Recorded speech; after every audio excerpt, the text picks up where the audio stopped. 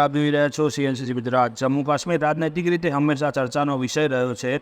જમ્મુ કાશ્મીરમાં આજે વિધાનસભાનો છેલ્લો દિવસ હતો અને તેના દ્રશ્યો ઘણા રસપ્રદ અને જોવાલાયક બન્યા હતા। એક રીતે કહી શકાય કે જોવાલાયક ન પણ કહેવાય, કારણ કે વિધાનસભામાં બે પક્ષના નેતા એકબીજા ઉપર આરોપો લગાવતા રહેતા હોય છે અને બોલાચાલી થતી રહેતી હોય છે, પરંતુ આ વખતે જમ્મુ કાશ્મીરની વિધાનસભામાં શર્મસાર કરી દે તેવા દ્રશ્યોનું સર્જન થયું હતું। એક નેતા જેમને આર્ટિકલ 370નું પોસ્ટર ફરીથી લગાવવાનો પ્રયાસ કરે છે અને વિપક્ષના નેતાઓ તેમની ઉપર તૂટી પડતા વિધાનસભામાં ભારે હોબાળા સાથે મારામારીની સ્થિતિ ઊભી થઈ જવા પામી હતી।